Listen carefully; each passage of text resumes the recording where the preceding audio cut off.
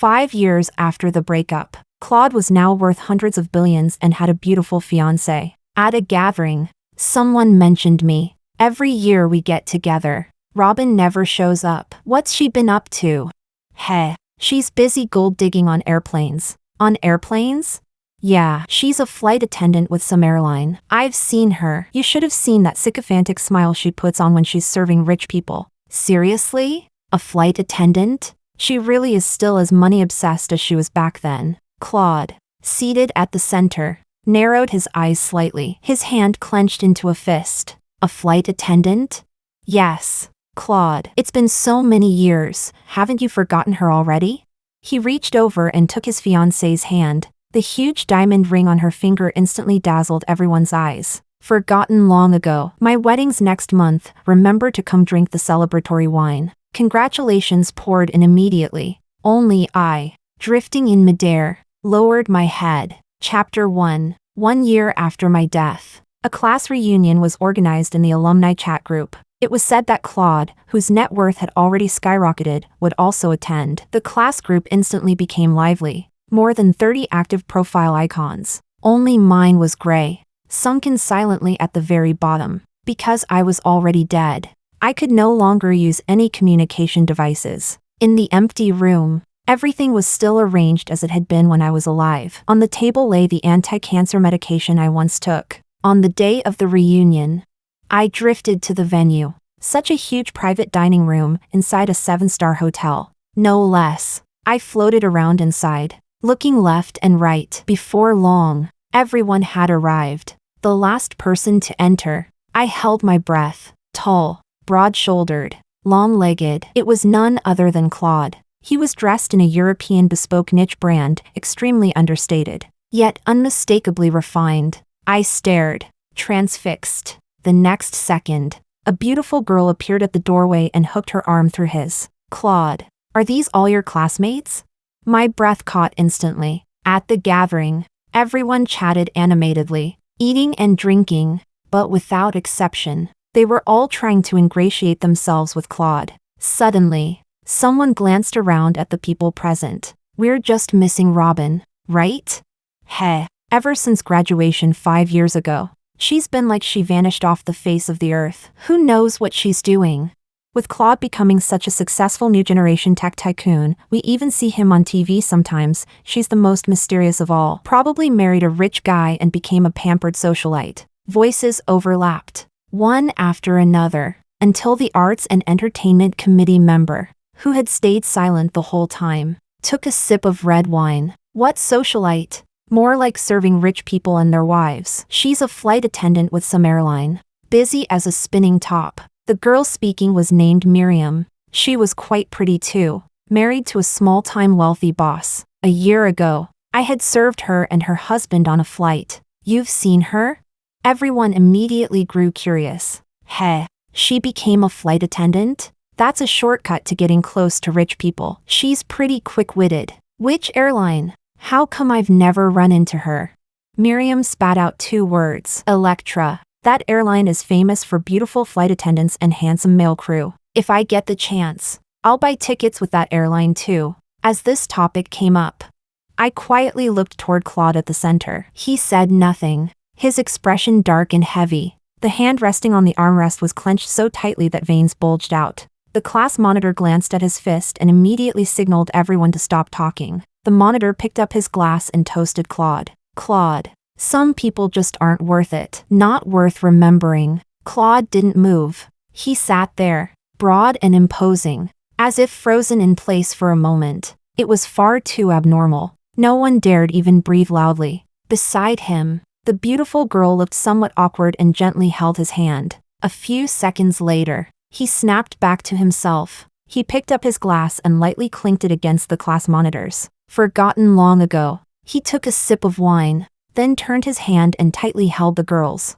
There's some good news I haven't shared yet. Next month, I'm holding my wedding. You're all welcome to come drink the celebratory wine. Chapter 2. At night, I drifted aimlessly through the streets. Only when I was truly exhausted did I float back home. There was a light on in the room. I found it strange. It was Adriana, my best friend when I was alive. She carried in a basin of water and cleaned my room. She even plugged in my phone from when I was alive and charged it. She did everything in silence, while my eyes burned with a sharp ache. Suddenly, my phone chimed a few times. She put down the mop and walked over to pick it up. It was the class chat group. President Castro. What's the exact date of the wedding banquet? Where will it be held? Someone also sent a photo, Claude sitting next to Miss Tang at the reunion. Everyone look. What a perfect match. Talented man and beautiful woman. Compared to that shallow, empty-headed someone back then. This is 1,000, no, 10,000 times better. Bang. Adriana's hand trembled, and the phone fell to the floor. She suddenly squatted down, covering her face as she broke into sobs. She opened my photo, gently stroking my smiling face. Idiot. He's getting married. You know that? And yet before you died, you were still calling his name. Adriana turned off the phone and continued cleaning. When she left this time, she took my phone with her. I didn't understand. I followed Adriana back to her place. Guarding an empty house alone was simply too unbearable. Normally, my happiest moments were when Adriana came once a month to charge my phone. That way, whenever something happened, notifications would pop up and I could see them. I found it oddly interesting. Even after death, I could still keep up with the news. Chapter 3. Adriana and I were both poor. She had it even harder than I did. She had given birth to a daughter out of wedlock, and the child was born with a congenital heart condition. She set the phone aside and lay down with her daughter until she fell asleep. I couldn't sleep. I drifted around the room a few times, and finally, a phone lit up. I floated over. It was my phone. It was a web news alert. The moment I saw the headline, I was startled. Hashtag executive president of White Clouds Technology involved in late-night car accident. Crashes into guardrail. Hashtag. Claude was the executive president of White Clouds Technology. The accident happened on Hongqiao Road. Was he injured? I didn't stop to think and immediately drifted toward Hongqiao Road. When I arrived, sure enough, a stretch of the road had been sealed off, with many people gathered around. There was also a Maybach with its front completely wrecked. My heart pounded violently. I rushed into the crowd, desperately searching for Claude. I couldn't find him anywhere among the onlookers, and panic seized me. President Castro, your hand is injured. Let me take you to the hospital. At the sound of the voice, I snapped my head around and saw Claude sitting by the roadside. One of his arms hung limply, blood dripping from the back of his hand. My heart ached at the sight. He said nothing and silently got into the car that had come to pick him up. Chapter 4. At the hospital, the doctor suggested staying for observation for a few days. Claude refused. After having his wounds bandaged, he left the hospital. The driver took the wheel. President Castro, your health is precious. You should at least get a full-body checkup. He rubbed his temples and leaned back against the seat. At the accident scene, who's handling it? Assistant Tom. Claude said nothing more, seeming utterly exhausted as he leaned back and closed his eyes. The car drove straight into a hillside villa. The gate opened automatically, and the lights inside the villa switched on one by one. Claude went inside. I looked around at the furnishings. The once well-known poor boy had now become the untouchable President Castro. You can go. The driver still looked uneasy. President Castro, something's off with you. Did something happen at the class reunion? Those close to Claude vaguely knew that he had once gone through a miserable relationship. The top student of the school had once been dumped by a girl. He was heartbroken and completely down and out for an entire year. Claude shot him a glance. The driver immediately took the hint and left. Chapter 5. I stayed in Claude's villa the entire night. He rested against the sofa. I stayed right beside him, squatting there. Unfortunately, he couldn't feel me. Not only could he not feel me, he didn't even hear Miss Tang's phone call. Thankfully, his villa was quite warm. Even though he sat on the sofa all night, he didn't catch a cold. At dawn, he opened his eyes, picked up his phone to check the time, then set it aside and went to wash up. I was puzzled. Didn't he see Miss Tang's missed call? But within a second or two, I figured it out. It had just turned morning. Miss Tang was probably still asleep. After arriving at the company, Claude buried himself in work, processing 50 reports in a single morning. At noon, He checked his phone. Many classmates had sent messages expressing concern. They must have seen yesterday's news. He chose to reply to the class monitor. Then he put the phone down. The secretary came in. President Castro. I'll book your flight to Europe now. His pen paused mid-signature. Before Europe. Don't I have a trip to the south? The secretary nodded. The day after tomorrow. I've already booked the ticket. He suddenly looked up. Which airline? The secretary froze for a moment, then quickly answered. HNA. Claude paused abruptly. Change it. President Castro. Do you need to adjust the schedule? Change the airline. The secretary was even more stunned. Which one would you like to switch to?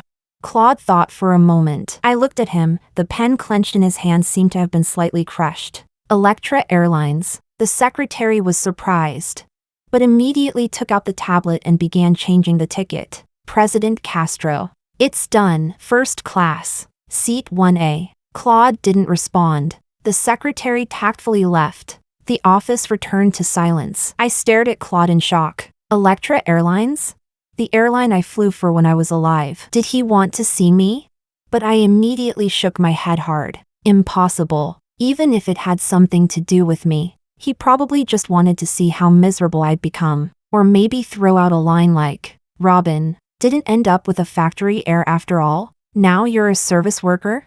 Claude had always been a gentleman. He probably wouldn't say something like that. But back then, right in front of him, I had hooked my arm through another man's and ground him into the dirt. In broad daylight, his eyes had been filled with bloodshot red, terrifyingly so. As if he wanted nothing more than to strangle me. That vicious woman. What he couldn't say to others.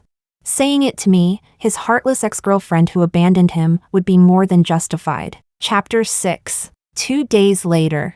Claude flew south, then returned north, both trips on Electra flights. On neither flight did the flight attendants include me. His gaze was dark and heavy. He even stood up during first class and walked through economy and business class. Among the flight attendants on duty, he never found my figure. He was clearly disappointed. I drifted in the air watching him, and I felt the same regret. After the breakup, the reason I chose to become a flight attendant was precisely because I believed that seeing Claude again was already impossible. Yet I couldn't control my heart at all. I was always hoping that we might meet again, that I might glimpse him once more in the vast sea of people.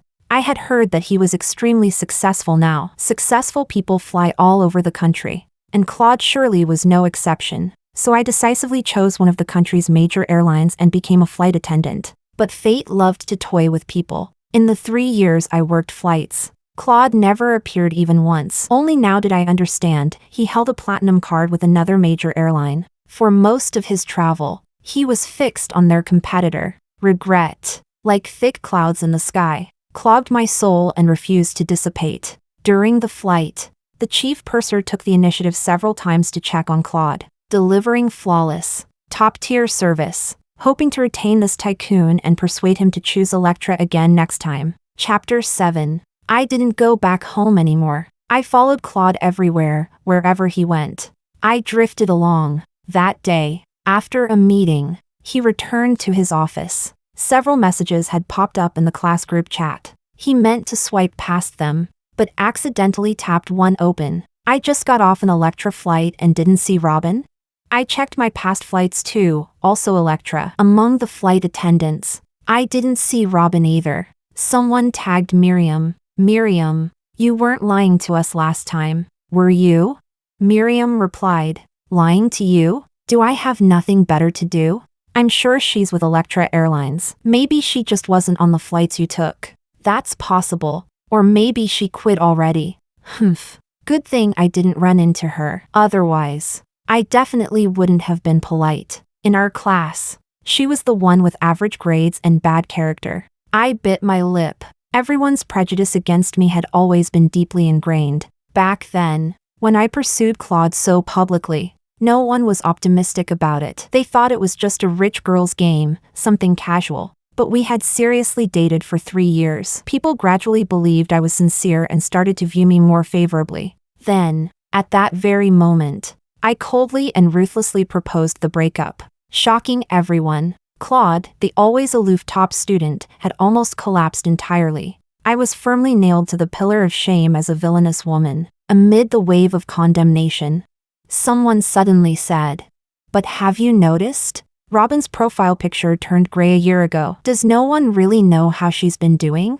After all, we were classmates. We should watch our words a bit." Last time I saw a friend's avatar gray for half a year, when I asked around, I found out they had already passed away. The group chat instantly fell silent. I immediately looked toward Claude. He was gripping his phone, his knuckles turning white. After a long while, the class monitor finally spoke. "Don't say such unlucky things. Even though we haven't seen Robin for a long time, she must be healthy and fine. Don't go around cursing people like that." Chapter 8. That afternoon, Claude kept a tight, grim expression on his face. Several department managers were reprimanded by him in succession. Only after leaving the office did everyone wipe the sweat from their foreheads. "What's going on with President Castro?"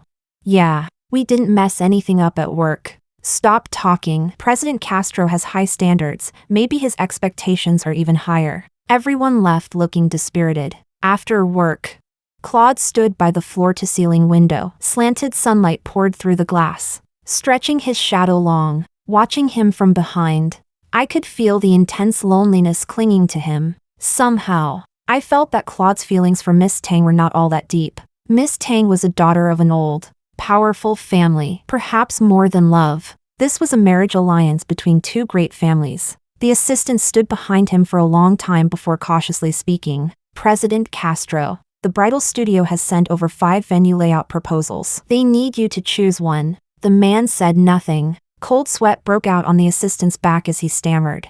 Should I send them to Miss Tang instead and let her choose?" A seaside wedding, blue and white as the main colors, iris flowers as the primary floral arrangement. The assistant's lips parted in disbelief. "The seaside? Does Miss Tang know about this?" The tall, dark silhouette suddenly turned sideways, his presence cold and eerie. The assistant said nothing more and immediately went to handle it. Claude was dressed entirely in black today. As he turned, the areas untouched by the light looked chillingly cold. With emotions tangled together, my heart sank unbearably. I couldn't take it anymore. I drifted away. A seaside wedding?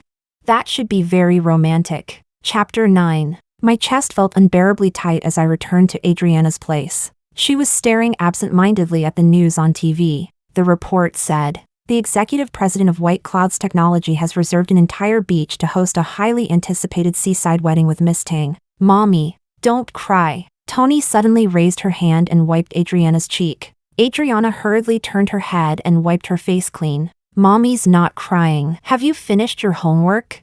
But Tony continued to stare at her blankly. "Mommy, I haven't seen Auntie Robin in a long time. Wasn't she your best friend?" As soon as Tony finished speaking, Adriana, who had just stopped crying, couldn't hold back anymore. She squatted down and tightly hugged Tony. Mommy, what's wrong?" After a full minute, Adriana stood up and took Tony's hand. "Come, Mommy will take you to see the most important person in Auntie Robin's life before she passed. Okay?" The most important? Tony clearly didn't understand, but Adriana seemed to have made up her mind. She put a coat on Tony, took her hand, and went out. I was stunned. What was Adriana going to do? The most important person she mentioned, was she going to see Claude?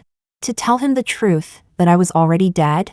I hurriedly tried to stop her, but my body was only a wisp of a soul. I passed straight through her. Chapter 10. Sure enough, I hadn't guessed wrong. She took a taxi to the hillside villa and waited at the gate with Tony. "Mommy, this place is so big. There's even a soccer field," Tony said curiously, peeking through the iron gate. At that moment, dazzling headlights flashed on, and a brand new Maybach pulled up to the entrance. The gate opened automatically, and the car was about to drive in. Adriana pulled Tony with her and blocked the front of the car. The vehicle screeched to a sudden stop. The driver got out, clearly irritated. Adriana spoke first. "Is President Castro in the car? I'm Robin's friend. I have a few words I'd like to say to him." The driver froze for a moment, glancing Adriana up and down in her cheap, street market clothes. Just as he turned his head back, the rear window lowered. What is it? Adriana said. President Castro. She says she's Robin's friend. Chapter 11. After a minute-long standoff, Claude got out of the car. You're her friend?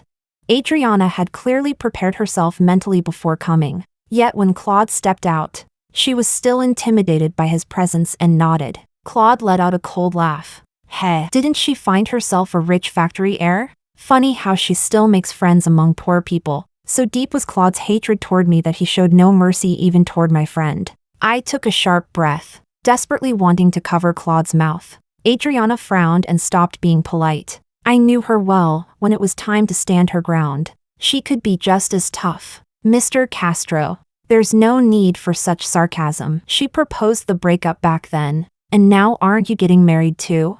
Claude Castro looked as if he had just heard an enormous joke. His expression turned chillingly cold. It's been 5 years since the breakup. I'm not allowed to get married? Your friend is quite ridiculous too. She sent you here, didn't she? What does she want from me? Borrowing money? Or did she regret it and now wants to come back and beg me to reconcile?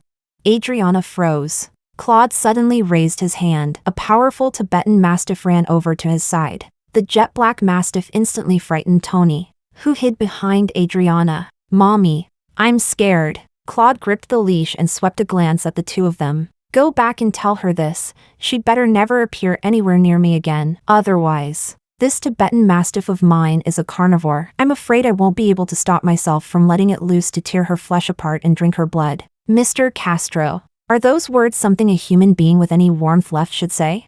Claude Castro's face grew even colder. Are you really her friend? If you truly are, haven't you heard her talk about how she humiliated me back then? Adriana parted her lips slightly. She was wavering now. Uncertain. She said she felt deeply sorry toward you. She cried over it on countless nights. Cried? If shedding a few tears could make up for my 3 broken ribs, could make up for me kneeling down and begging her not to leave, then would anything in this world still matter? Are all life-altering events something that can be solved just by crying a little? Claude's expression hardened once more. Digua. See them out. The Mastiff immediately bared its fangs. Tony burst into tears, terrified. Adriana clutched Tony and retreated again and again. The Mastiff continued to pursue them. I spun anxiously in midair. Claude, don't scare them, please. Tony's heart has only just recovered. She can't handle an accident. Only when they had been chased nearly 20 meters. Just as the Mastiff was about to leap at Adriana, Claude finally spoke. Digua. The Mastiff returned to his side. Claude stroked its head. 2 imposing figures turned and strode back through the gate together. Mr. Castro, you can rest assured of one thing, Adriana suddenly said. Robin will never come looking for you again. She can never come again. Claude, standing on the central axis of the gate, stiffened for a brief moment. He narrowed his eyes and turned his head slightly. What did you say?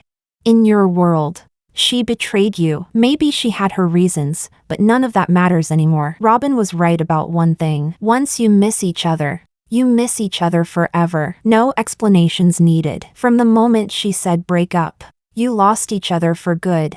I think that if she knew I came to see you today, she'd want me to pass on one message for her, wishing you a happy wedding. In the end, Adriana still didn't say that I had already passed away. She took Tony with her and left. Chapter 12. That very night, Claude suddenly flew into a violent rage, punching the glass again and again, until his hand was a bloody mess of torn flesh. I froze in shock at the sight. The butler brought over a first aid kit, but Claude kicked it away. Get out. I didn't know how long passed before someone barked angrily. Claude, have you lost your mind? Do you want to lose your hand too? I whipped my head around and saw an elderly man with a full head of silver hair walk in. Claude's back stiffened, and he stopped hurting himself. Grandfather, why are you here? Hey, why am I here? I heard that dead girl's friend came to see you. Have you forgotten how she humiliated you 5 years ago? Just hearing news about her is enough to make you lose control. Claude pressed a hand to his forehead. Blood dripped from the back of his hand. Grandfather, I can't forget her. I won't be able to forget her for the rest of my life. I drifted backward 2 steps. Claude said, he had never forgotten me. You bastard. Nova is such a good girl. You don't cherish her. Yet you keep bringing up that dead girl. Are you trying to anger me to death? That's enough. This matter is not to be mentioned again. Since you've decided to hold the wedding, I can finally breathe easier. After the marriage, hurry up and have a child with Nova. Then I'll be satisfied. Claude fell silent. Just when no one understood what he was thinking, he suddenly turned his head. Grandfather, why do you keep calling her a dead girl? You hate her that much? What are you implying? She hurt you. Am I not allowed to curse her a little? Claude's eyes suddenly turned pitch black as he stared at Simon. 6 years ago, one of the city's elite families, the Sue family, went bankrupt. Some went to prison. Some committed suicide. It's said that only one daughter survived. Their collapse was rumored to have been orchestrated by a powerful figure behind the scenes. Simon's expression trembled instantly. Claude, what are you saying? I was stunned as well. Claude lowered his head. The Sue family's downfall, you had a hand in it, didn't you? Simon remained silent for a long time, silent enough to be an admission. You should rest early. I'm going back to the old residence. Simon left. I drifted out and followed him for a short distance. Sir, could it be that the young master is starting to suspect something? Humph, what's the use? Isn't Robin already dead? The car door shut, and the vehicle drove away. I heard the final words he said. The young master will never imagine that back then, Robin didn't fall in love with someone else at all, but that she discovered she had fallen in love with the grandson of her enemy. Chapter 13. That was the truth. My surname is Sue, and that surname was never simple. My parents were not just moderately wealthy, they were extremely rich. But none of my classmates knew my true identity. Because when I was young, I had been kidnapped. The kidnappers tried to extort my father. After I was rescued, my identity as the heiress of the Sue group was deliberately hidden from the public. When I was in college, I was the one who pursued Claude. At that time, he was genuinely simple. He came from a single-parent family and lived with his mother. Later on, Simon found him and told him the truth. He was actually an illegitimate child of the Castro family. His biological father and older brother had died in a car accident, and now the Castro family's company was to be handed over to him. I couldn't believe it. At that very time, my own family went bankrupt, and the one who orchestrated our downfall was none other than old Master Castro. My parents committed suicide. Their bodies, covered in blood, were found lying in the bathtub. Old Master Castro came to see me. I rushed forward and clawed at him. He coldly ordered his bodyguards to pull me away. You think I'm your enemy? He said. Let me tell you this, your father was the one who harmed my son and my grandson first. I'm just avenging them. I didn't believe him. I said he was lying. He laid out piles of evidence. He told me that my father had deliberately lured his son, Elio, into taking dirty drugs and getting addicted. Elio had taken his family of 3 on a trip. During the drive, his addiction flared up. The car went out of control, and the entire family plunged into the sea and died. To take revenge, old Master Castro joined forces with overseas capital and launched a coordinated attack on my family's assets. My entire life collapsed into chaos. When I returned to school again, I resolutely broke up with Claude. I never wanted to see him again. Back then, I had clumsily chased him for a full year before finally moving him. But once we were together, our relationship was truly sweet, truly happy. Someone as driven and ambitious as him, once he agreed to be with me, it meant he genuinely liked me. His love was pure and wholehearted. When I asked to break up, he was completely stunned. He refused to accept it. He said I must be throwing a tantrum, that he must have done something wrong, upset me somehow. He begged me to tell him what it was, saying he would fix it immediately. Claude didn't know that I was from the Sue family. The only thing he ever realized was that, from my daily life, my family background seemed quite good. He said he would work hard, earn a lot of money, and one day come to my father to formally ask for my hand. He never knew the deeper reason, compared to the pain of losing my parents. His persistence only suffocated me. My attitude was firm. I even hired an actor to pretend to be my new boyfriend. That completely crushed Claude. In a deserted corner, he dropped to his knees with a thud and clutched my legs. Robin, you're lying to me, right? So quickly, how could you fall for someone else? I don't believe it. All I said was, Claude, My boyfriend is here to pick me up. Have some self-respect. For a long time after that, I didn't go back to school. Later, when I returned to collect my graduation certificate, I heard that he had been taken back into the Castro family. I didn't run into him. I took my diploma and left. Chapter 14. My soul seemed to be growing thinner. Was I about to dissipate? At the charity banquet, just following Claude around already made me feel so tired. I thought this would probably be the last night I could stay by his side. Claude was dressed in a perfectly tailored suit, constantly surrounded by people. Back when he had just entered high society, a few CEOs thought the Castro family was in a transitional period with no clear successor and made several moves against the Castro business. But very quickly, Claude struck back. Claude's backbone had always been cold and hard. No one could snatch food from his mouth. President Castro. That voice?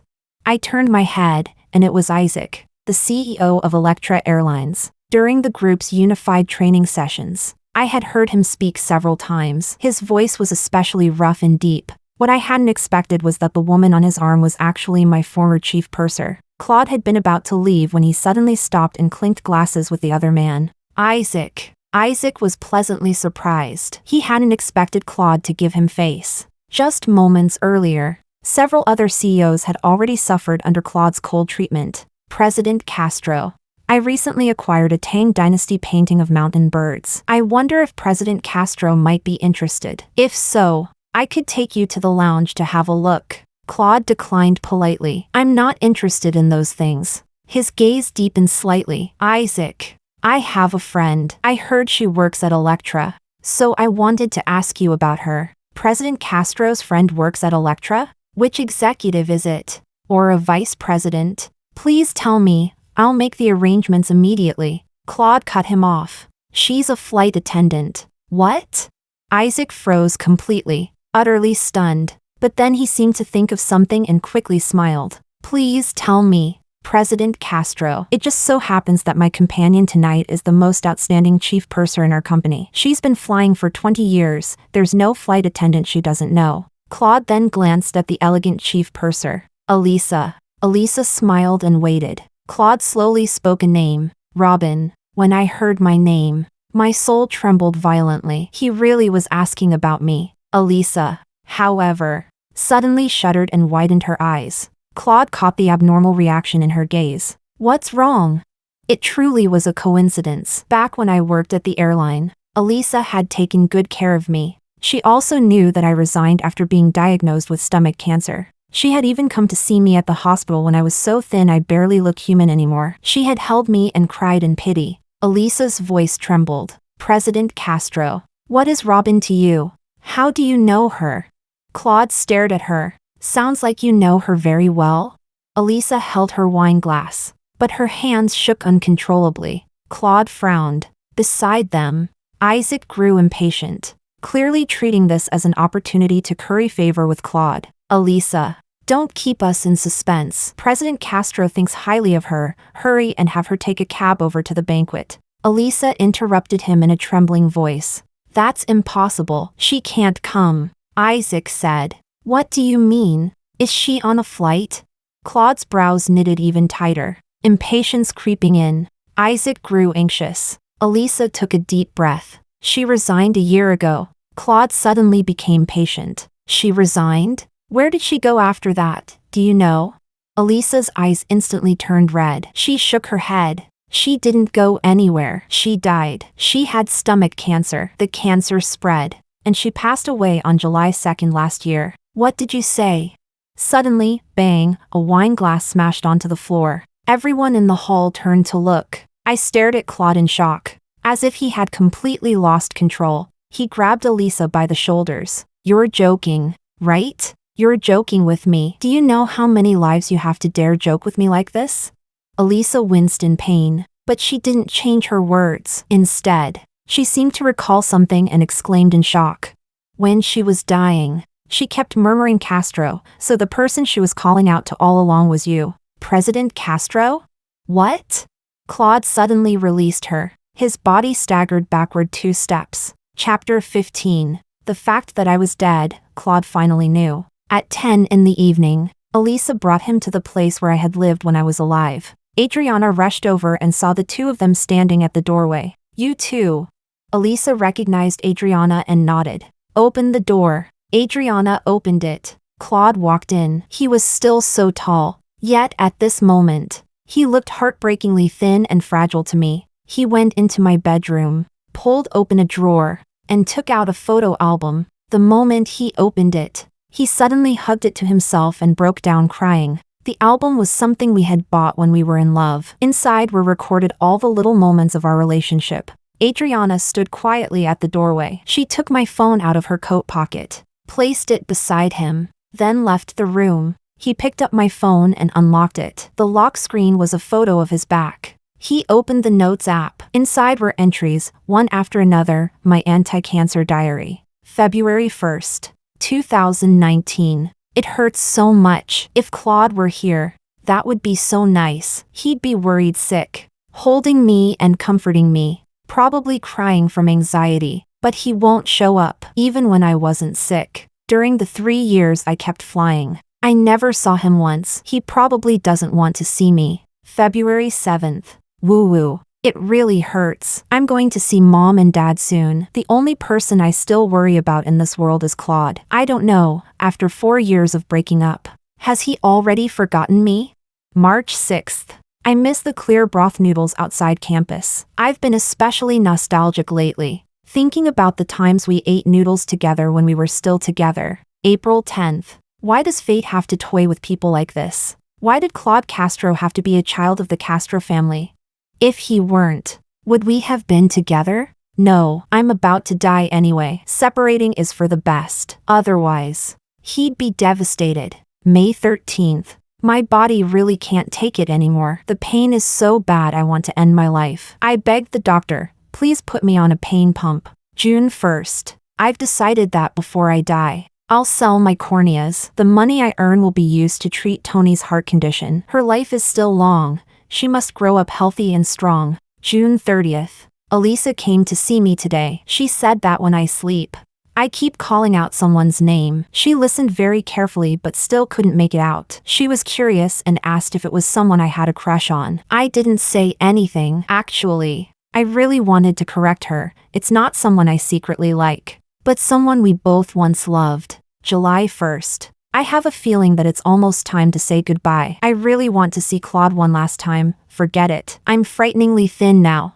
Just skin and bones. I shouldn't scare him. If he hasn't forgotten me, he'd definitely be heartbroken. TCH, how could he not have forgotten me? I said such cruel things back then. He must have forgotten me long ago. But it doesn't matter. I'll just pretend that he hasn't forgotten me yet. July 2nd. Goodbye, world. I'm going to find Mom and Dad now. My friends, don't cry. I'm saying goodbye to pain. Claude put the phone down, lifted his trembling hand, and covered his bloodshot, tear-soaked eyes. Chapter 16. The old residence. Claude, who had disappeared for half a month, was sitting across from Simon. So, you already know? Then you're not planning to go through with the marriage anymore? Claude hung his head, utterly drained of energy. It can't happen anymore. She's not in this world anymore. Who would I marry? What nonsense are you talking about? Isn't Nova doing just fine, waiting for you? He lifted his head, but only stared out the window with vacant eyes. Grandfather, I never planned to marry Nova. The wedding was prepared for me and Robin. I had it all planned out. If she didn't show up before the wedding, I would have tied her up and brought her to the venue, made her my bride. Even if she hated me, I would still live on with her, tormenting each other. What did you say? No wonder Nova said you never even asked for her opinion, you unfilial descendant. Simon finally flew into a rage, raising his cane and smashing it down hard on him. Her family caused the deaths of your biological father and your older brother. How can you even say such things about marrying her? You are utterly unfilial. Father? Heh. If they hadn't died in a car accident, would you have taken me in? I was 21 when I graduated from university. My mother told me from childhood that I didn't have a father. That so-called father, I've only ever seen his memorial photo. Have I ever seen him in person? Grandfather, you're wrong. I have no father, and no older brother either. And now I also know that. In fact, I have no grandfather. Claude suddenly flung out a stack of documents. That so-called father of mine, seeking excitement, coerced and violated his secretary, who was my mother. You were afraid of unrest in the family, so you immediately sent my mother away, threatening her never to covet anything from the Castro family. Otherwise, you had plenty of ways to make her disappear. Even later, when she gave birth to me and I carried the blood of your Castro family, you already had a grandson. You looked down on me, this illegitimate child, even saw me as a ticking time bomb. You sent people to monitor us, forbidding us from making any moves. Claude stood up. Grandfather, take good care of yourself. Try to live to be 100. Simon stretched out his aged hand, as if he were about to lose something. Claude, don't go. But the man who left never once looked back. Chapter 17. 3 years later. My grave was suddenly pried open. I was utterly shocked. But many people carefully placed a sleeping person beside me. I looked at his sleeping face and cried until my voice broke. It was Claude. Claude, wake up quickly. Don't sleep. They're going to bury the soil. I cried so hard it felt like the sky was collapsing. But the people at the burial heard nothing at all. Claude, you fool. I'm begging you, wake up. You can't die. You have to live properly for me. Suddenly, a soul beside me sat up and pulled me into his arms. Silly girl. I'm tired of living. Can't I sleep for a bit? I stared at him in shock, then immediately shook my head. No, you can't. You have to go back to living, right now. But he let go of me, propped himself up on one arm, and lay back down, gazing at the sky. I can't go back to life anymore. Lucky you, getting such a handsome ghost like me. After saying that, he even raised his brows at me playfully. Chapter 18. Much later, my anger finally subsided a little. Claude, you're dead. What about your grandfather? And your mother? He sighed softly. They're both dead. I froze. How is that possible? He gave a cold laugh. My grandfather was already 90. Did you really think he could live to 100? He'd been kept alive for a long time by all kinds of medication. And your mother? He rolled his eyes. Don't you ever ask about my news? A year after I returned to the Castro family, she passed away from depression. I lowered my head. After a long while, I finally asked. Then what happened to the Castro family company? He crossed his legs lazily, handed over to the state to deal with. All right then. I tilted my head back and looked at the stars. He pulled me down to lie with him. Wife, lie in my arms and watch. I turned my head. You're not watching the stars? They're so beautiful tonight. He smiled, reached out, and pinched my cheek. Compared to my wife is still prettier.